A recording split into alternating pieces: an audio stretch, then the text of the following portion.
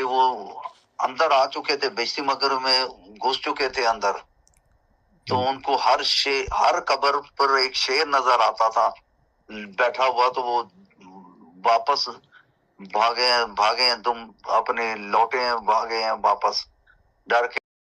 السلام علیکم ناظرین، آج ہم شیر احمد خان صاحب درویش جو قادیان کے تھے ان کے بیٹے سے بات کرتے ہیں۔ السلام علیکم کلیم بھائی۔ وعلیکم السلام ورحمۃ اللہ۔ کلیم بھائی، آپ کے والد صاحب اللہ تعالیٰ کے فضل سے درویش تھے، اور ان کی کوئی قربانیوں کا ذکر کریں، کوئی آپ کو یاد ہیں تو؟ جی دیکھیں جی، درویشوں کی جو قربانیاں ہیں، میرے والد صاحب بھی ہو گئے درویش، یا جو بھی درویشوں نے قربانیاں کی ہیں، ان کا مثال بہت ہی مشکل ہے دینی، کیونکہ ان کی بہت ہی زیادہ قربانیاں ہیں۔ وہ میرے والد صاحب غالباً 16-17 سال کی عمر میں اپنے والدین سے الگ جدا ہو کے قادیان میں حفاظت کے لیے رہے، اور رات دن یہ نہیں پتا تھا کہ اگلے دن بھی زندہ رہنا ہے کہ شہید ہونا ہے۔ بہت ہی قربانیاں تھی۔ میرے والد صاحب نے بہت سے واقعات سناتے تھے ہمیں، تو بچپن میں ڈر لگتا تھا ان کے واقعات درویشی کے سن کے، جو حالات انہوں نے دیکھے نا۔ جی بالکل۔ اور پھر بعد میں بھی ان کو یقین ہی نہیں تھا کہ ہماری شادیاں بھی ہوں گی، ہماری اولادیں بھی ہوں گی۔ ان کے ہاتھ ایسا اچھا فرنیچر، ایسے اچھے سامان تھا جو انہوں نے کبھی اپنے پاس رکھا ہی نہیں، نہ لیا۔ انہوں کو یہ یقین ہی نہیں تھا کہ ہم زندہ بھی رہیں گے کل یا پرسوں، یا ایک ہفتہ یا ایک مہینہ زندہ رہیں گے۔ بالکل، کیونکہ جو حالات تھے سکھوں کے، بڑے حالات خراب تھے، سکھ دشمن تھے، ان کو غلط فہمی ڈالی گئی تھی کہ سکھوں نے پاکستان میں مسلمانوں نے سکھوں کا قتل عام کیا ہے، ہندوؤں نے یہ غلط فہمی ڈالی تھی، اس لیے وہ تمام مسلمان جو انڈیا میں تھے ان کا قتل عام کرنا چاہتے تھے۔ تو یہ اس طرح کے حالات بڑے خراب تھے درویشوں کی شروع میں۔ بعد میں حالات سکھوں سے بہتر ہو گئے، لیکن مالی حالات درویشوں کی زندگی میں اچھے نہیں رہے، نہ ان کی اولادوں کے اچھے رہے۔ لیکن میرے والد صاحب کو اللہ تعالیٰ نے یہ دکھا دیا تھا کہ ان کے وفات کے بعد، ان کے جانے کے بعد اللہ تعالیٰ ان کی اولاد کو بہت نوازے گا، اور اسی طرح ہی ہوا۔ انہوں نے اپنی زندگی میں میری بڑی بہن کو کہا تھا کہ میں نے دیکھا ہے کہ تمہارے پاس ایک عالی شان مکان ہے، اور خدا کے فضل سے اس کے پاس اس وقت واقعی عالی شان مکان جرمنی میں ہے۔ ہم 4 بہن بھائی ہیں جرمنی میں، 2 بہنیں 2 بھائی، سب کا اپنا اپنا ذاتی مکان ہے، الحمدللہ۔ ماشاءاللہ، حالات سب کے اچھے ہیں ماشاءاللہ، اللہ تعالیٰ کا بہت فضل ہے۔ یہ میرے والد صاحب نے، میں آخری دنوں میں ہاسپٹل میں ان کی تیمارداری کر رہا تھا، تو انہوں نے واضح طور پر کہا تھا کہ میں نے آپ کے لیے اتنی دعائیں کی ہیں کہ مجھے یقین ہے کہ اللہ تعالیٰ کبھی تمہیں ضائع نہیں کرے گا، اور اللہ تعالیٰ نے ہمیں ضائع نہیں کیا الحمدللہ۔ آج اب میری اولاد بھی ہیں، نماز پہ باقاعدہ قائم ہے، یہ اللہ تعالیٰ کا محض فضل ہے، اور ان کی دعائیں ہیں جو درویشوں نے اپنے اولادوں کے لیے کی۔ بالکل بالکل۔ اچھا، ایک لمبا عرصہ سے بہت سی مثالیں ہیں، لیکن اب مجھے اتنی زیادہ ہی اس وقت یاد نہیں آ رہی، کہ مثالیں تو بہت سی تھی درویشوں کی جو قربانیاں تھیں۔ اور میں پہلی دفعہ 10 سال بعد جب جرمنی سے قادیان گیا، تو بہت سے درویش حیات تھے اس وقت۔ انہوں نے مجھے مل کے میرے والد صاحب کے واقعات سنائے کہ انہوں نے ہمیں یہ کہا تھا، اس زمانے میں جب یہ ناممکن تھا کہ ہوائی جہاز میں سفر کرنا، 78 کی بات انہوں نے کہا کہ ایک زمانہ آئے گا میری اولادیں ہوائی جہاز پہ سفر کریں گی۔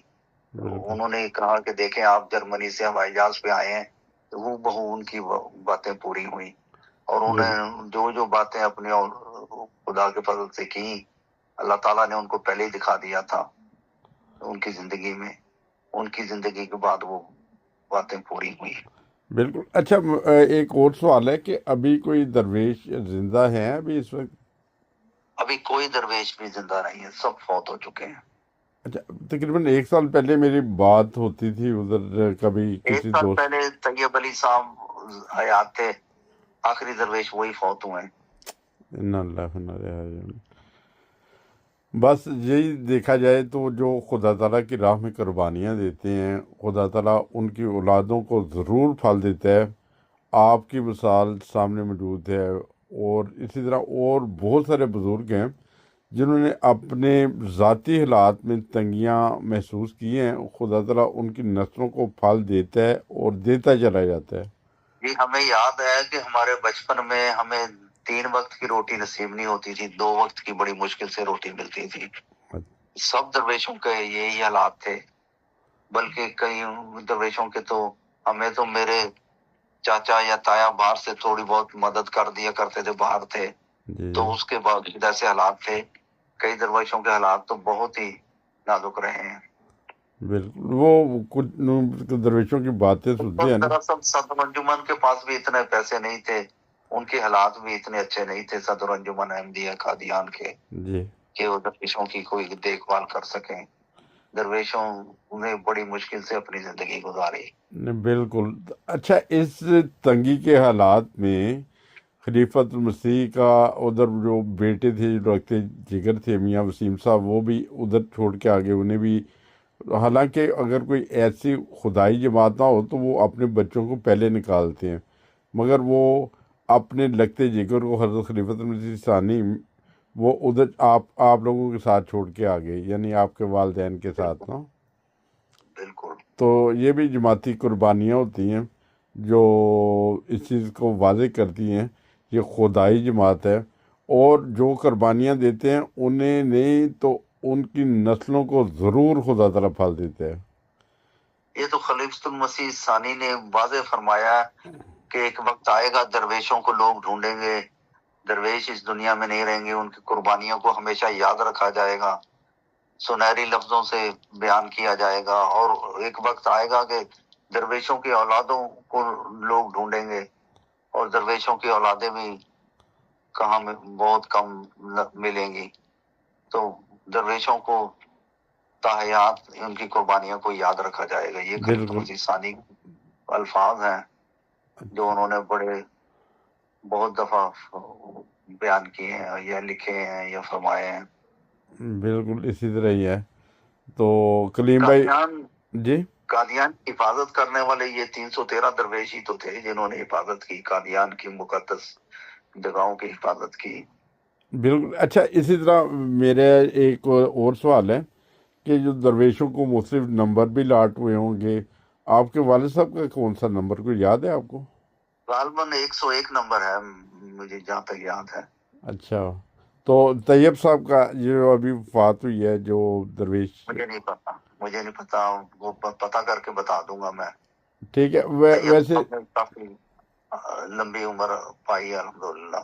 جی، وہ پچھلے سال تک مختلف گروپوں میں ان کی تصویریں آتی تھی، تو وہ انتہائی شفیق انسان تھے. یعنی خدا تعالیٰ کا ایک فضل تھا، ایک رحم تھا، ایک لمبی زندگی پائی. لوگوں نے دیکھا، میں نے تو آج ہی سنا ان کی وفات کا، شاید پہلے سنا ہو، میرے ذہن سے نکل گیا تھا. تو بہرحال اب جو درویش آنے جو قادیان وہ بھی زندہ نہیں ہے ابھی اس وقت نا.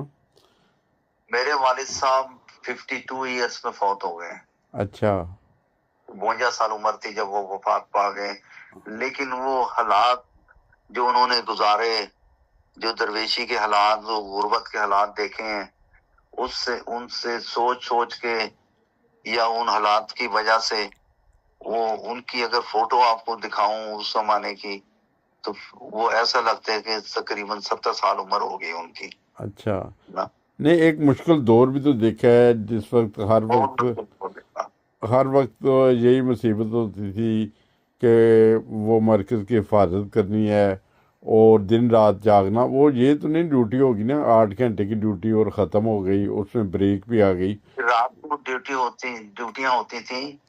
کئی دفعہ سکھوں نے بعد میں بیان کیے، بتایا کہ وہ اندر آ چکے تھے، بیشتی مگر میں گھس چکے تھے اندر، تو ان کو ہر قبر پر ایک شیر نظر آتا تھا بیٹھا ہوا، تو وہ واپس بھاگے ہیں تم اپنے لوٹے ہیں، بھاگے ہیں واپس ڈر کے مارے.